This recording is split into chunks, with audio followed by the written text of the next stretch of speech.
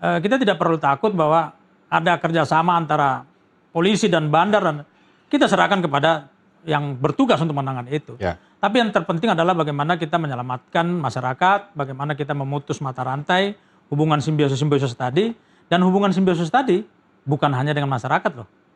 Bisa juga dengan polisi, bisa juga dengan aparat-aparat lain. Karena kita ketahui bahwa narkoba, jaringan narkoba ini kan mereka mempunyai uang yang sangat banyak, mereka membeli siapa saja.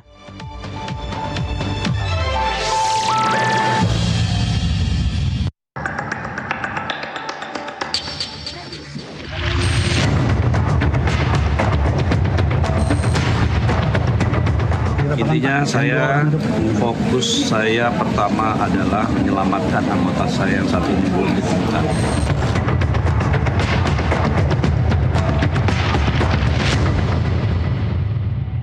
Oke, dari kacamata Anda, mengapa kemudian wilayah Katingan dalam hal ini di bawah kewenangan Polda Kalimantan Tengah begitu ya, kecolongan begitu. Nah, jangan sampai masyarakat berargumen atau berspekulasi bahwa ketika barang sebegitu besar masuk ke daerah tanpa pengawasan, tanpa pencegahan dan lain sebagainya, ada backingan. Kalau itu kita harus membuktikan secara dengan hukum positif, karena saya tidak mau berandai-andai karena saya tidak ada di situ dan saya belum pernah ke situ. Tapi kembali lagi bahwa polisi dan masyarakat sebenarnya di situ bisa bekerja sama. Sama-sama untuk membangun satu kesadaran bahwa narkoba itu berbahaya. Apakah polisi menjadi bagian dari situ, itu untuk urusan lain. Itu ada aturannya sendiri, ada bagiannya sendiri. Ada propos, ada inspektorat pengawasan umum dan lain-lain, sehingga kita tidak perlu takut bahwa ada kerjasama antara polisi dan bandar, dan kita serahkan kepada yang bertugas untuk menangani itu. Tapi yang terpenting adalah bagaimana kita menyelamatkan masyarakat, bagaimana kita memutus mata rantai, hubungan simbiosis tadi, dan hubungan simbiosis tadi bukan hanya dengan masyarakat loh. Bisa juga dengan polisi, bisa juga dengan aparat-aparat lain. Karena kita ketahui bahwa jaringan narkoba ini kan mereka mempunyai uang yang sangat banyak, mereka membeli siapa saja. Waktu saya masih di BNN, saya bilang, saya pun masih bisa dibeli sama mereka kalau saya tidak punya fondasi moral yang baik, maka ya saya akan menjadi bagian dari itu. Nah, oleh karena itu ya bagi saya adalah bagaimana membangun moral masyarakat, moral penegak hukum. Nah, itu yang penting harus disadari masyarakat. Kalau tugas Anda di BNN ini, partisipasi warga ini kan sangat dipentingkan untuk proses pemberantasan. Nah, pembentukan kesadarannya itu apa yang kemudian bisa dilakukan? Ya, pembentukan kesadaran itu begini, kita melihat bahwa biasa di kampung-kampung narkoba, biasa di daerah-daerah rawan, masyarakat itu sangat tergoda dengan uang, hasil, ekonomi dan lain-lain.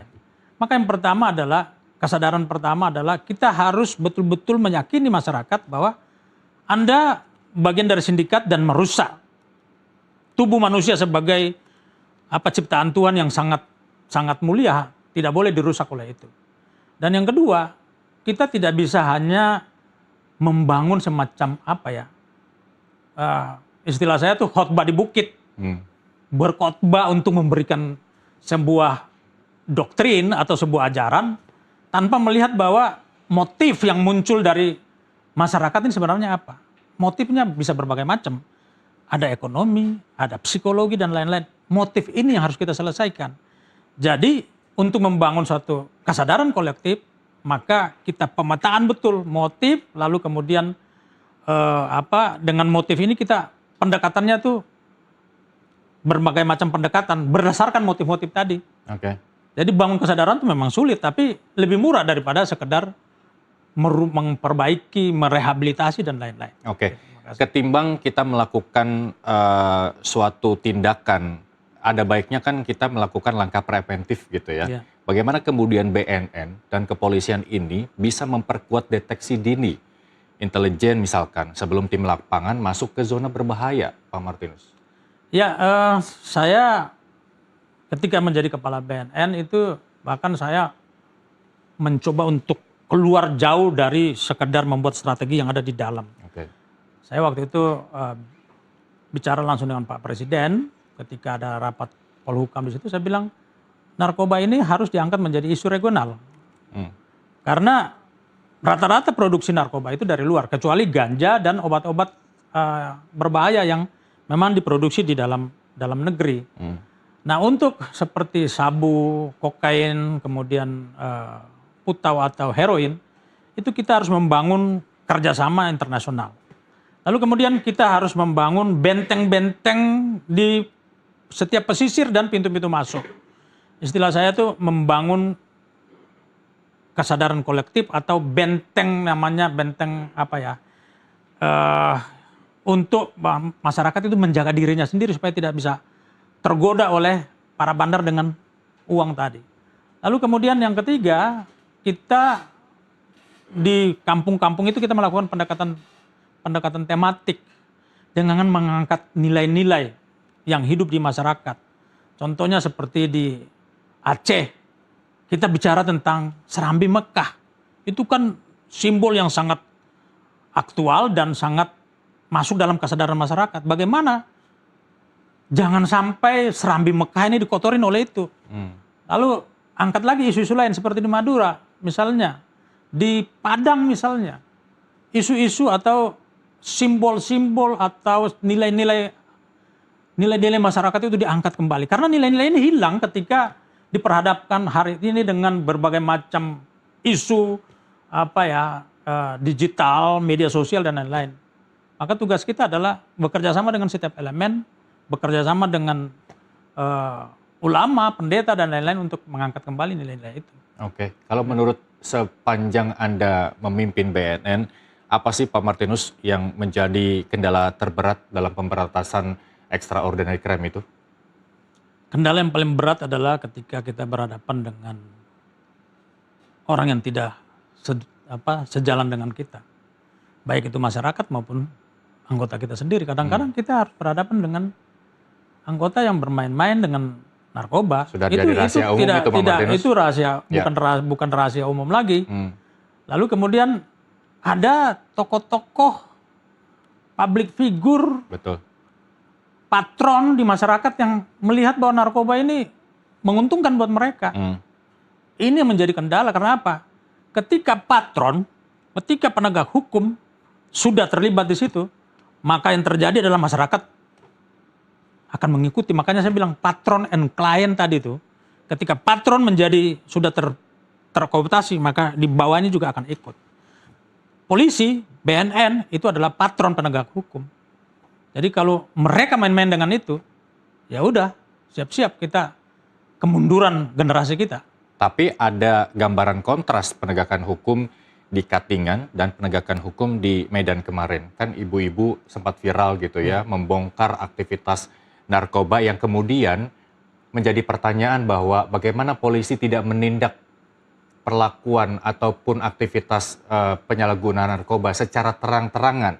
Sementara di Katingan ketika mereka sudah berfokus untuk memberantas tindak pidana pemberantasan narkoba, tapi justru menjadi korban. Ini wajah penegakan hukum di Indonesia yang begitu kontras. Apa kemudian menjadi catatan Anda? Catatan saya sebenarnya begini ya, saya dari tadi saya sudah berpikir bahwa local boy untuk menangani narkoba ini perlu kita ciptakan. Saya punya pengalaman di teroris ya, ketika menangani teror. Poso kita menyelesaikan dengan bagaimana kita menarik pemuda-pemuda yang terradikal, kita sekolahkan dan mereka kembali menjadi orang-orang yang punya punya keinginan, punya kesadaran baru untuk menangani teroris di Poso. Ya. Saya melihat itu juga bisa terjadi di narkoba ketika kita menangani narkoba. Ada polisi-polisi yang diambil dari kampung itu yang memang kita harus bina dan dia sendiri karena dia dikenal oleh kelompok di situ.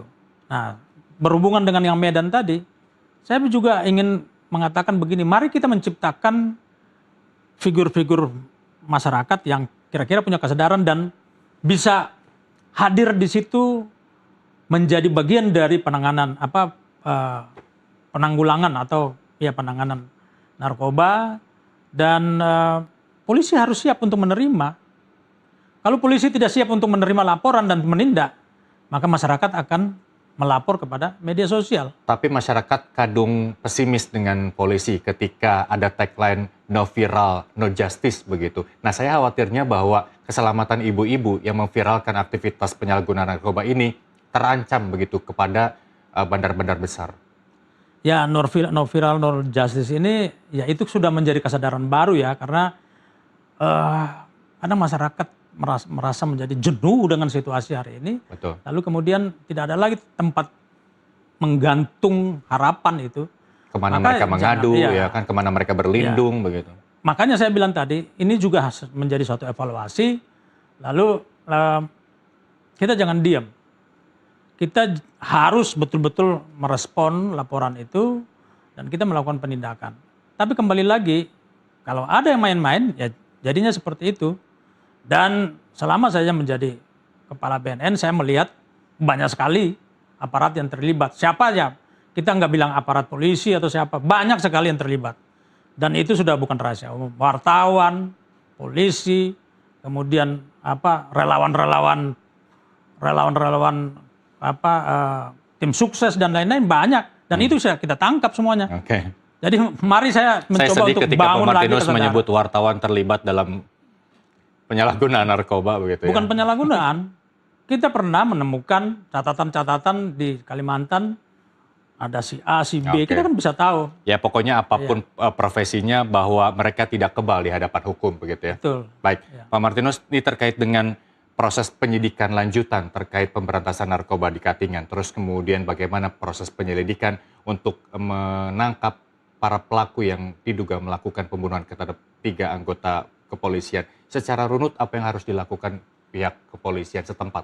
Ya, saya yang pertama adalah yang sudah tertangkap mungkin kita lakukan pemeriksaan secara intensif untuk melihat struktur organisasi kejahatan yang ada di situ.